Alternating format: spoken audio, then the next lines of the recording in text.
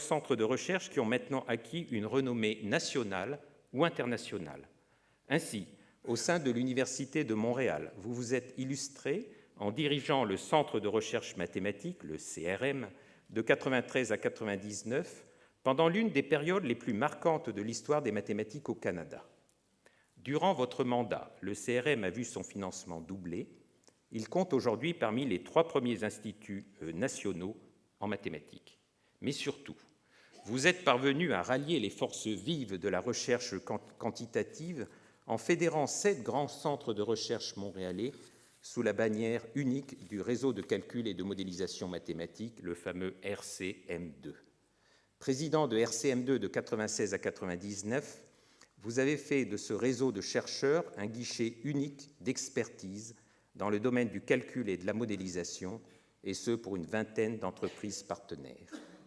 Il s'agit là d'une œuvre remarquable, tant il est difficile d'associer dans des projets communs des laboratoires qui poursuivent des politiques particulières avec des compétences précises dont il s'agit de tenir compte, mais qu'il importe également de respecter pour mieux pouvoir les fédérer.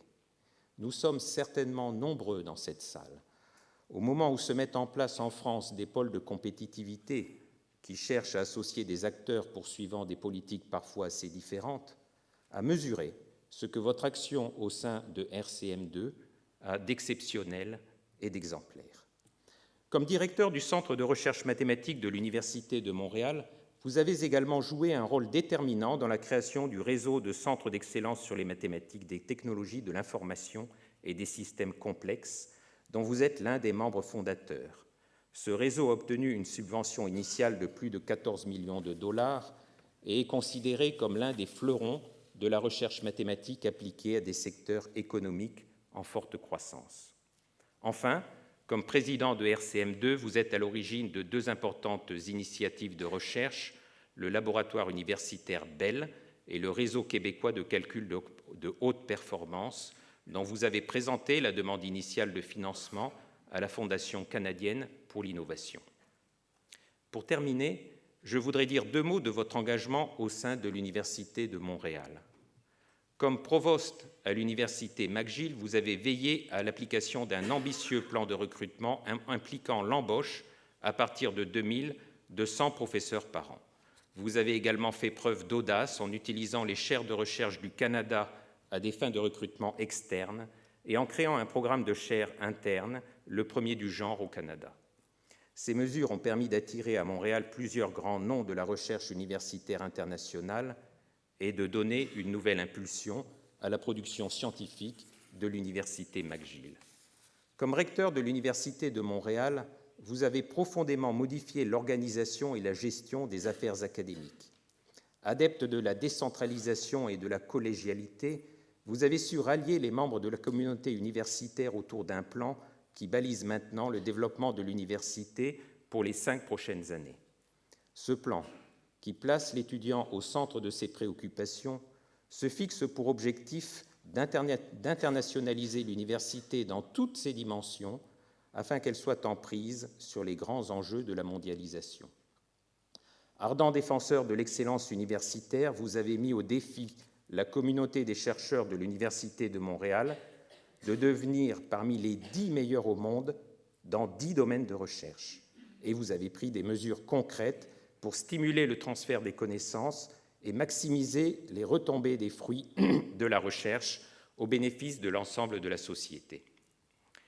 Cher Monsieur Vinet, votre parcours est emblématique d'une nouvelle génération d'universitaires québécois et constitue certainement un modèle d'équilibre entre les différentes fonctions universitaires que sont la recherche, l'enseignement et l'administration. Votre contribution au développement de la recherche universitaire au Québec et au Canada est majeure et reconnue, et votre personnalité rayonne de manière incontestable. À 53 ans, vous ne cessez de vous fixer des défis et de vous impliquer pour que l'Université de Montréal soit, je vous cite, le reflet des plus hautes aspirations de la société québécoise et le moteur de ses réalisations les plus remarquables. Cher Monsieur Vinet, en vous décernant le titre de docteur honoris causa, l'Université de Lyon vous dit son admiration et son profond respect.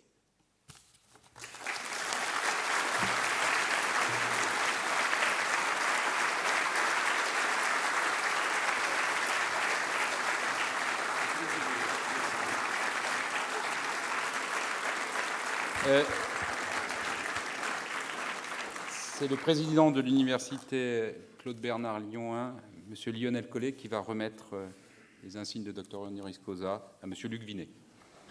Monsieur, par décision du Conseil de l'université, approuvée par M. le ministre de l'Éducation nationale, de l'Enseignement supérieur et de la Recherche, vous est décerné le titre de docteur honoris causa de l'université Claude Bernard. J'ai l'honneur de vous en remettre les insignes, ainsi que la médaille de l'université Claude Bernard.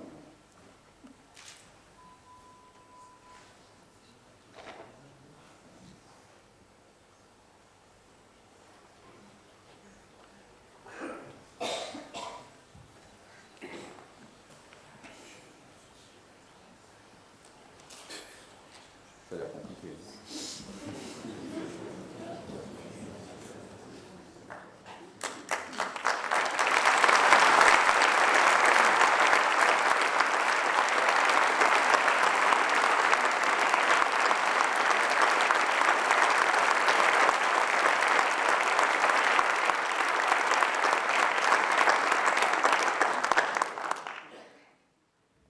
J'appelle maintenant M. Éric Froment, qui va faire l'éloge de M. Henri-Paul Rousseau.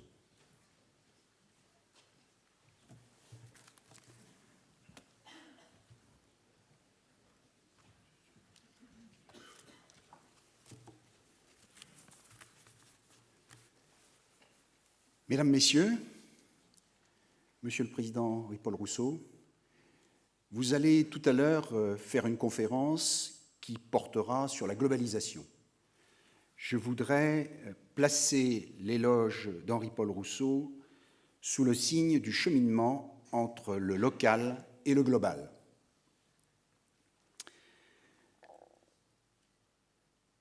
Le local. Comment mieux en parler qu'en évoquant votre lieu de naissance, Saint-Éleuthère de Kamouraska, un village que sans doute peu ici dans la salle, en dehors des Québécois, connaissent, situé dans le Bas-Saint-Laurent, dans la partie sud du Saint-Laurent, à la frontière des États-Unis.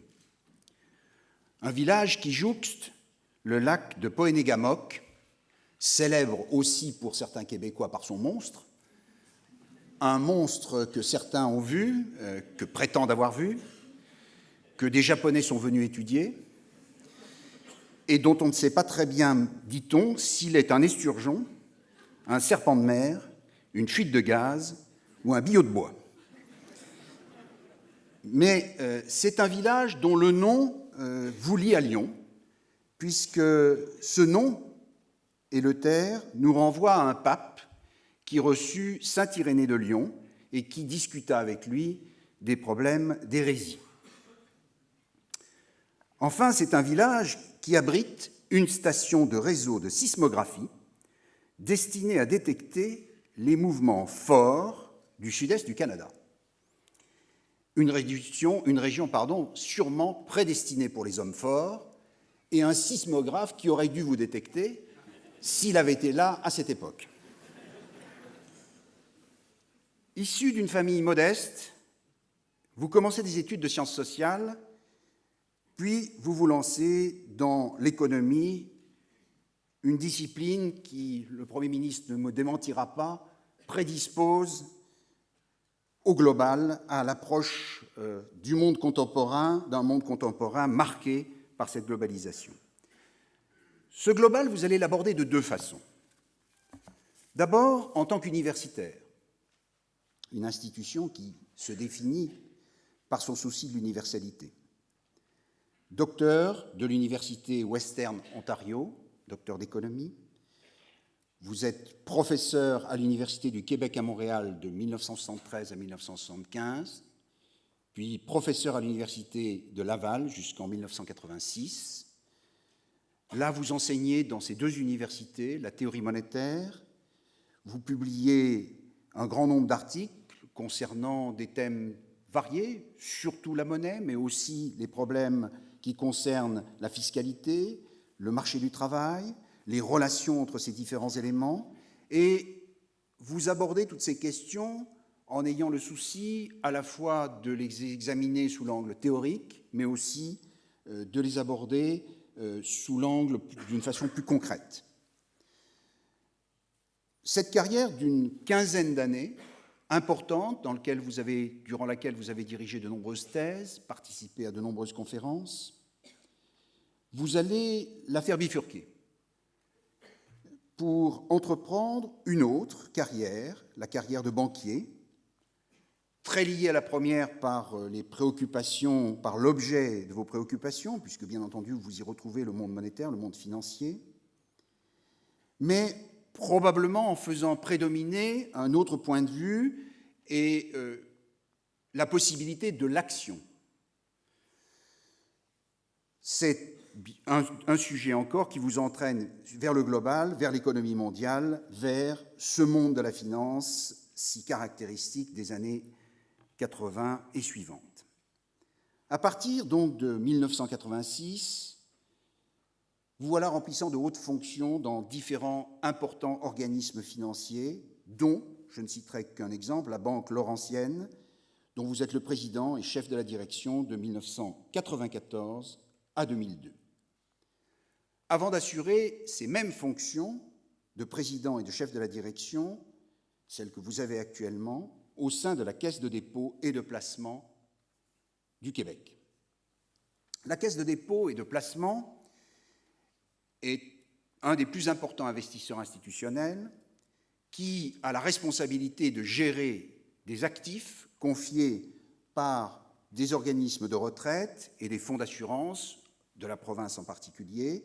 Au total, actuellement, c'est plus de 120 milliards de dollars canadiens que cette caisse, sous votre responsabilité, gère. Dans cet univers très compétitif, dont vous avez souhaité que la culture de l'excellence soit un élément qui s'incruste dans la gestion de la Caisse, vous avez établi, dans votre logique d'investisseur international, un certain nombre de critères qui vous paraissent essentiels pour atteindre cette excellence.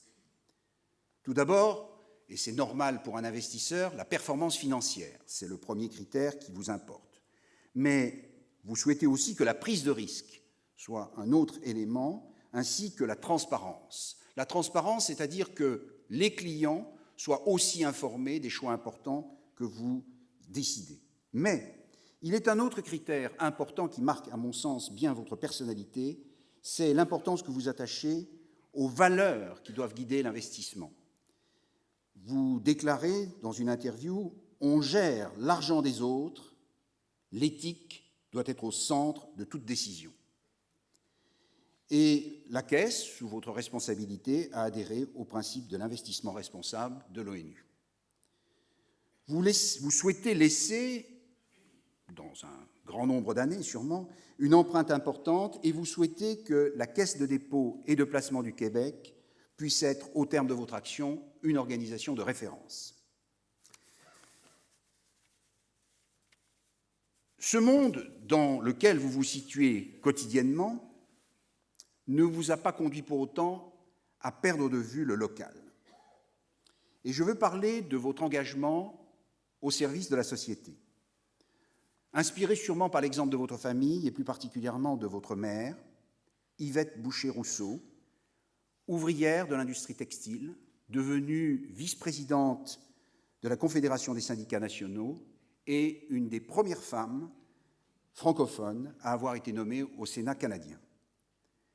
Vous parlez de l'importance de votre héritage familial dans vos déclarations, qui se traduit en particulier par cette expression venue de votre entourage « marche droit et instruis-toi ». Cet engagement, il se manifeste de nombreuses façons. Il s'est manifesté historiquement par le rôle important que vous avez joué comme secrétaire de la commission Bélanger-Campeau, une commission importante sur l'avenir politique et constitutionnel du Québec dans l'hiver 90-91, dans ce qui fut appelé l'hiver de la parole. Mais vous le jouez aussi quotidiennement, actuellement, par de nombreuses participations à des levées de fonds essentielles pour bon nombre d'organismes publics, culturels, universitaires. Et en particulier, je voudrais citer l'action que vous menez en faveur de l'Institut de cardiologie de Montréal. Parce que c'est un institut qui a eu des relations avec le monde lyonnais, c'est un institut qui a été fondé par le docteur Paul David, qui lui-même fut docteur honoris causa de l'Université de Lyon. Mais cet engagement n'est pas que local, puisque vous êtes aussi membre du comité des gouverneurs du Forum économique mondial de Davos, parmi de nombreuses autres participations à des comités importants au plan international. C'est donc avec vous, Henri-Paul Rousseau, une belle carrière que l'Université Lumière Lyon 2 honore, que nous honorons tous aujourd'hui, une carrière qui est loin d'être terminée et dont nous ne doutons pas qu'elle sera toujours aussi brillante et aussi équilibrée entre le vaste monde qui vous attire et le Québec, votre patrie. Merci.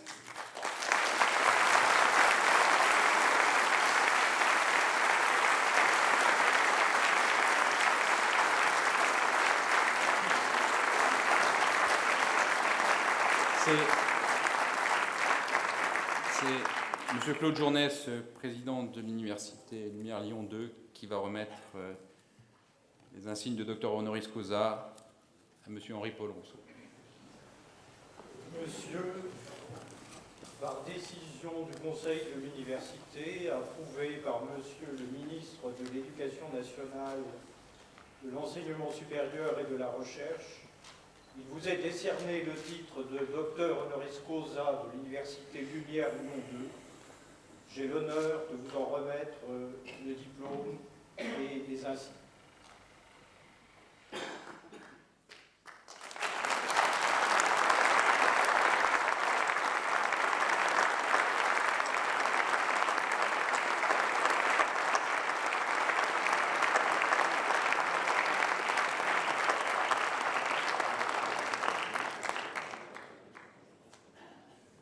Oui, c'est plus simple comme ça. Oui.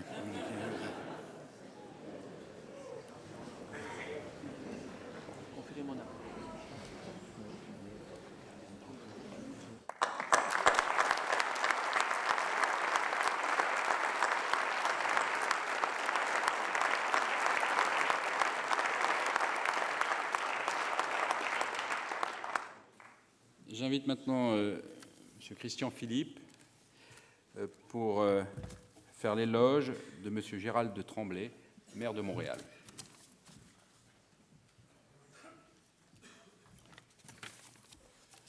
Monsieur le maire de Montréal, c'est un grand plaisir pour moi de prononcer votre éloge avant que le président Guy Lavorel, président de l'Université Jean Moulin, vous remette les insignes de ce doctorat honoris causa.